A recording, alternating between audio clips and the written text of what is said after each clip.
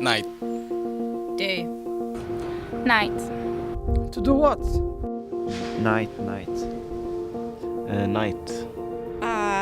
Evening. Day.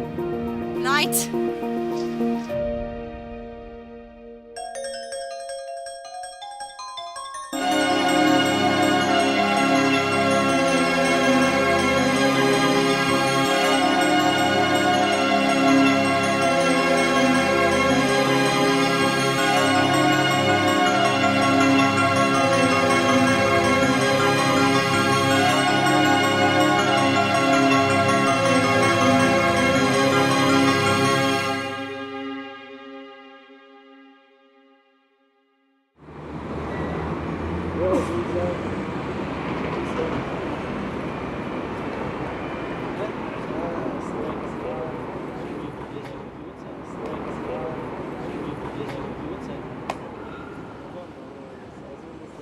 Hi, I'm Patrick. I live in Berlin in Germany and I work on cartoons as an animator and as a concept artist. I chose this profession because I like doing it. It more or less started as a hobby, as a child or as a teenager. I just liked to do it, and then I thought it would be cool to do it professionally. Because most of the time during the day you are at work. And so it would be really frustrating, I think, if you had a job that you don't like, you just do it for the money. Hi, I have also lived in Berlin when I was studying there. And I would like to ask you, which is the district you are liking most in Berlin? And what are the cultural differences to the other ones? Okay, well, it depends how you define nice. But anyway, as I'm not originally from Berlin, I don't know all the districts. But personally, I like Prenzlauer Berg a lot. This is the district where I live at. And I also like Friedrichshain, which is right next to it. And yeah, the reason why I like it, it's first of all, I just like walking through and have a look around. There are nice buildings, and also there are nice cafes, nice bars. There's a good nightlife. You can just spend your time there, and I just like the area.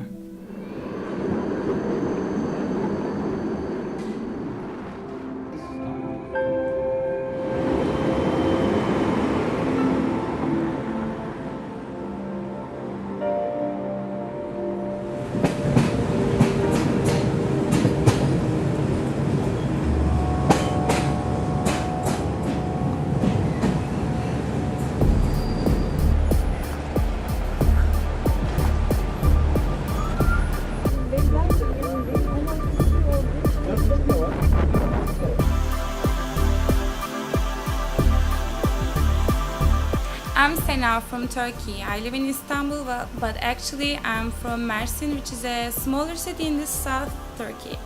So I studied English literature and I graduated in June, and now I'm going to Barcelona, and I'm planning to stay there for a while, and let's see what I'm going through in my European adventure. I feel sad, I feel happy, so I have this mixture of feelings. But in the end, I think I'm happy because this is a phase in my life that I should live so that I can see that I can exist in a totally different world, so that I can find myself maybe, so that I can face with my inner self. I have fear, but in the end, I think I'm happy.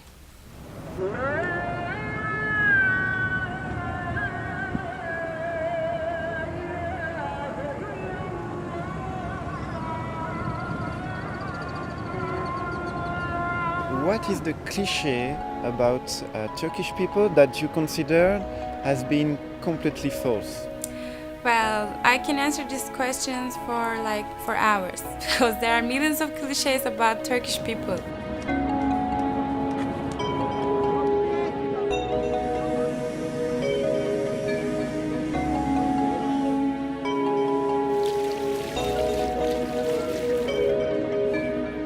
First of all, we're not Arabs. First of all, we have Roman alphabet, and we don't ride camels. We don't eat kebab all day long, and all the women, they don't know belly dance. Well, I'm kidding, but really, I can say that the most things about Turkish that you know, they're mostly wrong. Be nice guys and girls. How strict does the Turkish government adjudicate upon wearing or not wearing headscarves? And how about you? How come you don't wear a headscarf?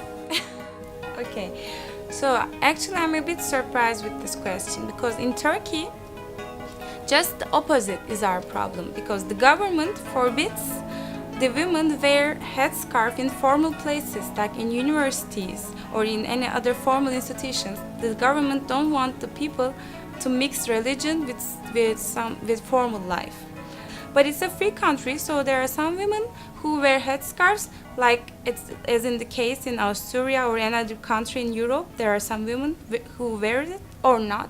So it's the same case in Turkey.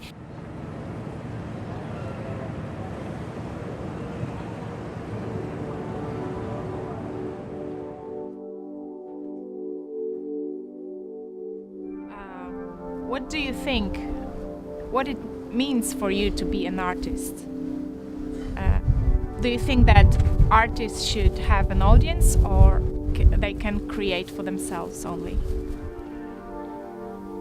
Yeah.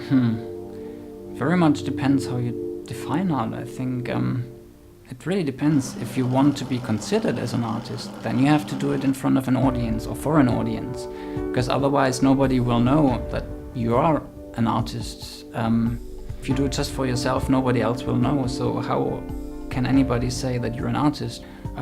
To be honest, for a long time I didn't even consider myself as an artist, because when I think of artists, I think more or less of traditional art, like, you know, painters, composers and sculptors, and I'm doing nothing like that. Imagine that you have the power of changing your country, just like you're doing an animation. Sky's the limit. What would you change or add? Will it be something like a Tim Burton movie?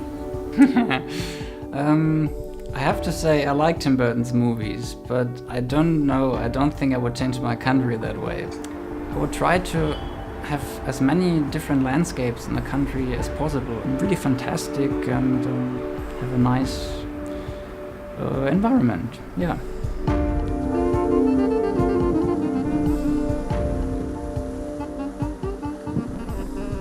Have there been any problems in last years with immigration in your country? And if so, how do you think the government or the state authority should deal with it? Should they be more or less controlled than it is right now?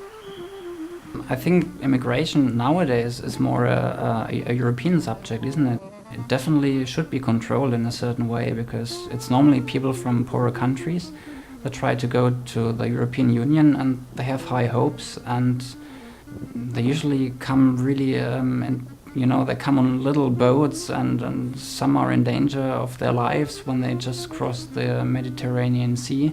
I think if they come and have their hopes, and if they come illegally, they might not, their hopes probably won't fulfill.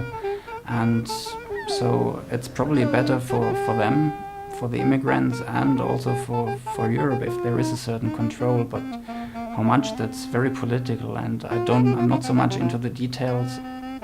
That's pretty much all I can say right now. Yeah.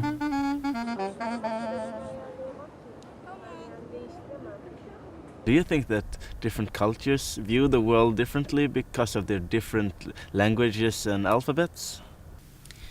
I think if someone wants to communicate with someone else, language or alphabet or anything about it related to language can be a barrier. And now we are living in this internet era, the technology era. So people are even more closer than before. So I don't think that the different alphabets, different languages, or even different nations or different races, it's not a problem to communicate.